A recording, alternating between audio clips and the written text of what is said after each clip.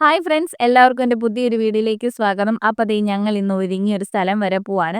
വേറെങ്ങുമല്ല, ദേശവിളക്ക് കാണാനായിട്ട് പോവാണ്.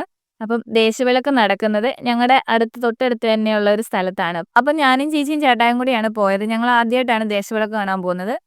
എൻ്റെ നാട്ടിൽ പൊതുവെ കുറവാണ്. അപ്പോൾ ചേച്ചിയും കണ്ടിട്ടില്ല എന്ന് പറഞ്ഞു. അപ്പം എന്നെയും ചേച്ചിനോട് കാണിക്കാനായിട്ട് ചേട്ടായി ഞങ്ങളെ കൊണ്ടുവന്നതാണ്. അപ്പം ഇതാണ് ദേശവിളക്ക് നടത്തുന്ന സ്ഥലം. അപ്പം ഇതൊരു പറമ്പാണ്. അവിടെ അവർ വാഴപ്പിണ്ടിയിൽ ക്ഷേത്രം നിർമ്മിച്ചെടുത്തിരിക്കുകയാണ്. ക്ഷേത്രം എന്ന് പറയുന്നത് ശബരിമലയിലെ പോലെ തന്നെയാണ് അവരത് നിർമ്മിച്ചിരിക്കുന്നത്. വളരെയധികം ഭംഗിക്കാണ് കേട്ടോ അവരത് നിർമ്മിച്ചിരിക്കുന്നത്. വാഴപ്പിണ്ടിയിൽ എത്ര മനോഹരമായിട്ടാ ഓരോ കൊത്തുപണികൾ ചെയ്തിട്ട് സെറ്റ് ചെയ്തേക്കുന്നത് കാണാൻ തന്നെ നല്ലൊരു ഭംഗിയാണ്. കൂടാതെ വിളക്കുകളൊക്കെ കത്തിച്ച് കഴിയുമ്പോൾ ഒന്നുകൂടെ ഭംഗി കൂടും. എന്തായാലും എൻ്റെ ലൈഫിൽ ഇത് ആദ്യമായിട്ട് കാണുന്നത് കൊണ്ട് തന്നെ എനിക്കിതെല്ലാം പുതിയ കാഴ്ചകളായിരുന്നു. പിന്നെ മലയ്ക്ക് പോകുന്നവർ ചെറിയ പന്തലിട്ട് പോകുന്നതൊക്കെ ഞാൻ കണ്ടിട്ടുണ്ട്. പക്ഷെ ഇത് ആദ്യമായിട്ടാണ് ഇങ്ങനെ കാണുന്നത്. അങ്ങനെ വിളക്ക് തിരികൊളുത്തുന്ന ചടങ്ങാണ്. കൂടാതെ കാവടിയുണ്ട്. അപ്പം കാവടിയും ഘോഷയാത്രയും കൂടെ പോയേക്കുവാണ്. അപ്പം അത് ഇനി ക്ഷേത്രത്തിലേക്ക് വന്നു ചേരും.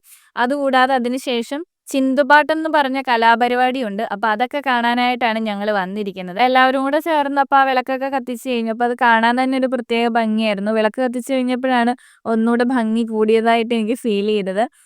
അപ്പം അതിനോട് ചേർന്ന് തന്നെ ഇടയ്ക്ക് കൊട്ടി ഒരാൾ പാടുന്നുണ്ടായിരുന്നു. അതൊക്കെ കേൾക്കാൻ തന്നെ ഭയങ്കര രസമായിരുന്നു കേട്ടോ. അപ്പം വിളക്ക് കത്തിച്ചതിന് ശേഷമുള്ള ക്ഷേത്രത്തിലെ കാഴ്ചകളാണ് ഇതൊക്കെ. അപ്പം എനിക്ക് ഇവിടെ വരുന്നത് വരെ എന്താണ് ദേശവിളക്ക് എന്നൊന്നും അറിയില്ലായിരുന്നു. അപ്പം ഇവിടെ എത്തിയതിന് ശേഷമാണ് ഇങ്ങനെയൊക്കെയാണ് ദേശവിളക്ക് നടക്കുന്നതെന്ന് എനിക്ക് മനസ്സിലായത്. കാഴ്ചകളൊക്കെ കണ്ടുകൊണ്ടിരുന്ന സമയത്ത് താലം എത്തി. അപ്പോൾ താലം എത്തിയതിന് ശേഷം ഞങ്ങൾ വന്ന് ഇങ്ങനെ കാവടിയൊക്കെ കാണാനായിട്ട് വഴി വന്ന് നിൽക്കുകയാണ്.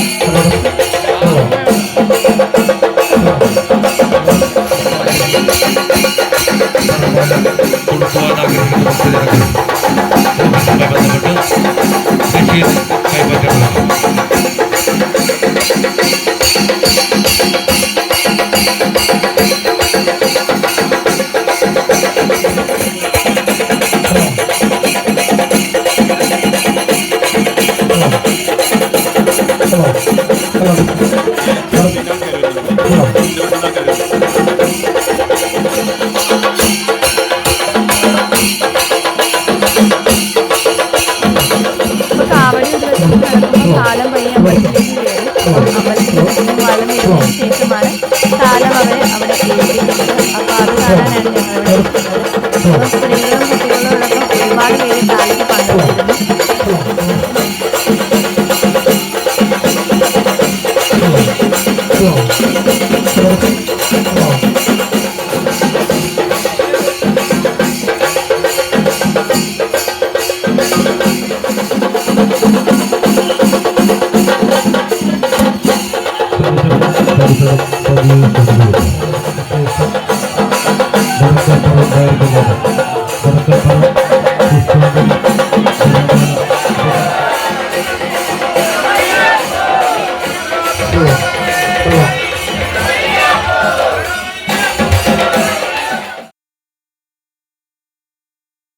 താലം വന്നതിന് ശേഷം പിന്നെ ക്ഷേത്രത്തിലെ ആൾക്കാരൊക്കെ അങ്ങ് കൂടി. ഒരുപാട് ആൾക്കാർ വന്നിട്ടുണ്ടായിരുന്നു. താലപ്പൊലിക്ക് ശേഷം ഇനി അന്നദാനം ഉണ്ടായിരിക്കുന്നതായിരിക്കും. അന്നദാനത്തിന് ശേഷമാണ് ചിന്തുപാട്ട് ആരംഭിക്കുന്നത്. ചിന്തുപാട്ട് ഒരു 12 മണി വരെ നിൽക്കും. ചിന്തുപാട്ടുകളിൽ പാടുന്നതെല്ലാം അയ്യപ്പന്റെ കഥകളാണ്. അതിനുശേഷം അയ്യപ്പന്മാര് കെട്ടിനിറച്ച് മലയ്ക്ക് പോകുകയാണ്.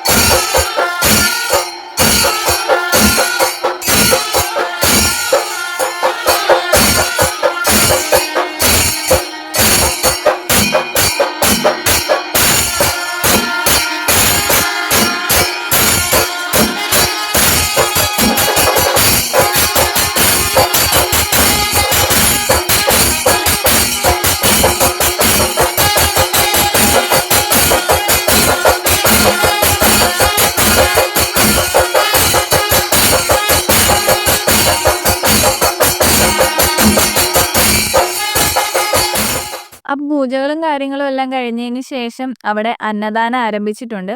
അപ്പൊ അന്നദാനത്തിന് അവിടെ ഇലയിട്ടപ്പോൾ തന്നെ ആൾക്കാർ പോയി ഭക്ഷണം കഴിക്കാനായിട്ട് തുടങ്ങി. അപ്പം ഞങ്ങളും പോയിരുന്നു. അപ്പൊ ആദ്യം തന്നെ സദ്യയായിരുന്നു. സദ്യയൊക്കെ കഴിച്ചതിന് ശേഷം പായസം വന്നു. അപ്പൊ 2 കൂട്ടം പായസം ഉണ്ടായിരുന്നു. അപ്പൊ ഞാൻ ഈ പായസമാണ് മേടിച്ചത് കേട്ടോ. അപ്പൊ എല്ലാരും ഒക്കെ പായസമൊക്കെ കുടിച്ചുകൊണ്ടിരിക്കുകയാണ്. അപ്പൊ ചേച്ചി എന്റെ പായസം ഗ്ലാസ്സിനകത്താണ് മേടിച്ചതെന്ന് തോന്നുന്നു. അപ്പൊ ഞാൻ കഴിച്ച് കഴിഞ്ഞ് ഇലയൊക്കെ മടക്കി. അപ്പൊ ഞങ്ങൾ എന്തൊക്കെയോ കുശലങ്ങളൊക്കെ പറഞ്ഞ് ചിരിക്കുകയാണ്. അപ്പം ഭക്ഷണം കഴിച്ചതിന് ശേഷം ഞങ്ങൾ കൈയൊക്കെ കഴുകി വന്നിരുന്ന് ചിന്തുപാട്ട് കാണാൻ വേണ്ടി വന്നിരിക്കുകയാണ്. അപ്പൊ എൻ്റെ ലൈഫിൽ ആദ്യമായിട്ടാണ് ഞാൻ ഈ ചിന്തുപാട്ട് കാണാനായിട്ട് പോകുന്നത്. അപ്പൊ അവരതിന്റെ കാര്യങ്ങളൊക്കെ അറേഞ്ച് ചെയ്തുകൊണ്ടിരിക്കുകയാണ്. പെട്ടെന്ന് തന്നെ കാര്യങ്ങളെല്ലാം അവർ സെറ്റാക്കി ചിന്തുപാട്ട് ആരംഭിക്കാൻ തുടങ്ങി. അപ്പൊ എല്ലാവരും വീഡിയോ ഇഷ്ടമായ ലൈക്ക് ചെയ്യണം, സബ്സ്ക്രൈബ് ചെയ്യണം. അപ്പം എല്ലാവരും ചിന്തുപാട്ടൊക്കെ കണ്ട് എൻജോയ് ചെയ്യുക. ബൈ.